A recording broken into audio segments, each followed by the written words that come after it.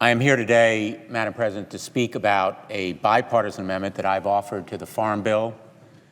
It's an amendment that incorporates a bill that I offered, the Animal Fighting Spectator Prohibition Act, and I've introduced it with co-sponsors Senators Kirk, Cantwell, Brown of Massachusetts, Wyden, and Landrieu, and I ask unanimous consent that Senator Kerry be added as a co-sponsor. Without objection. Thank you, Madam President.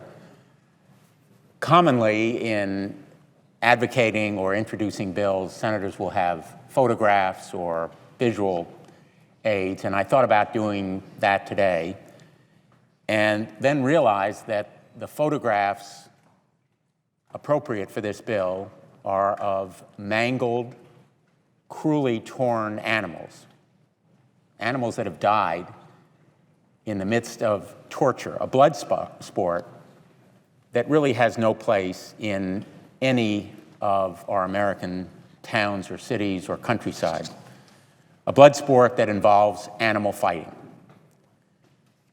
This activity is not only cruel and inhumane, it is also a sport that fosters and promotes and encourages illegal activity, including drug dealing, gangs, gambling, and it is a source of really the worst instincts. It encourages the worst in the human condition and the worst in the individuals who participate and who come to watch it. And so the Congress has recognized this fact in the past, as recently as 2007, by upgrading the federal law against animal fighting. It is prohibited, and the Act of 2007 made the interstate transport of fighting animals or cockfighting tools a federal felony.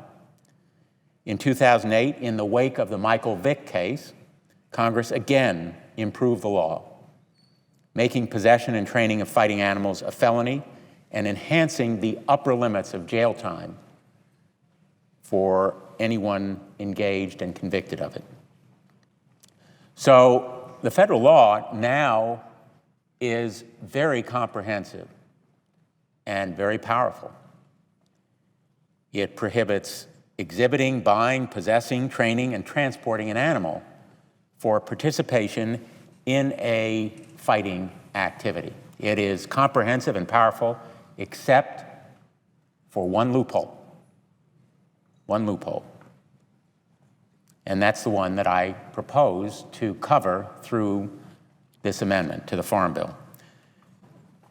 This legislation would prohibit knowingly attending an animal fight by setting penalties that include a fine or imprisonment of up to 1 year or both. It would also extend stricter penalties for any individual who knowingly brings a child to an animal fight, and the penalty for engaging in that activity would be a fine and prison sentence of up to 3 years or both. So the loopholes here are that spectators are not covered and bringing children to these events is not covered, and that's why this legislation is absolutely essential.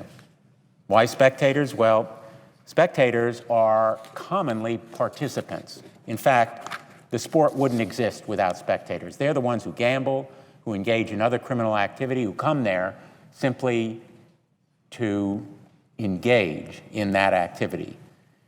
And they are there not only to watch, but to bring their own animals to fight or to gamble illegally, or for drug dealing illegally, or gang activity illegally. Spectators are the source of financing. They make it profitable. They must be subject to federal law and federal prohibitions in the same way as anyone who actually engages in already prohibited activity. This type of criminal element, gathering at dog fights or cockfights, ought to be subject to the same kinds of prohibition. Why children? Well, without stating the obvious, coming to a cockfight or a dogfight, a blood sport, leads to other kinds of violence. I don't need to cite the scientific evidence for anyone who's a parent and a member of this body. Right now, there's no law that applies to bringing children to such an event, and we need to close that loophole. Again, if I had photographs here, one would be of a small girl crying, literally crying, at the sight of one of these fights, one of these animals, mangled and cruelly torn apart before death. This bill would in no way apply to innocent bystanders because it would require proof that the person is aware that they're at such an animal fight. It would not intrude on states' rights. In fact, 49 states already have similar laws. We need a federal law because many of these activities are in interstate commerce, and the power of the federal government as an enforcer is irreplaceable. And the federal government ought to be on record against the crimes involved committed by spectators and against bringing children to this kind of event. When animal fighting involves players from a number of different states, a county sheriff or a local law enforcer simply lacks the power to deal with it and to root out the entire operation, not just to make arrests at the site, but to root out the whole operation so that the penalties are more comprehensive and the organized criminal activity is ended. These crimes are a federal matter, and the federal response ought to be overwhelming. In the Michael Vick case, just as an example, the local Commonwealth attorney refused to take action, and federal authorities had to prosecute this case.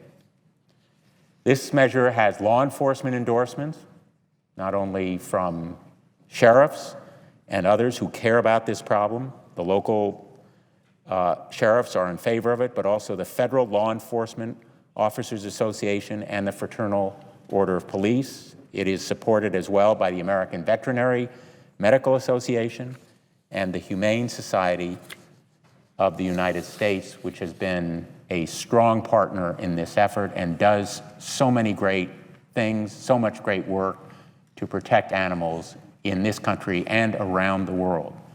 My thanks to the Humane Society for its courageous leadership in this area.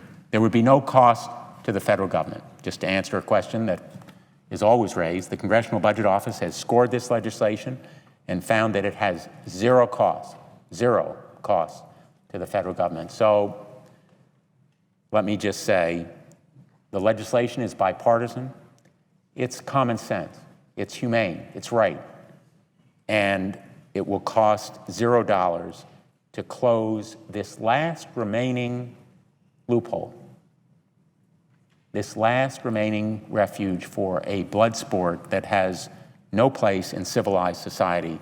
It gives federal law enforcers the tools that they need to stop it and that they badly need. And I urge its adoption and yield the floor.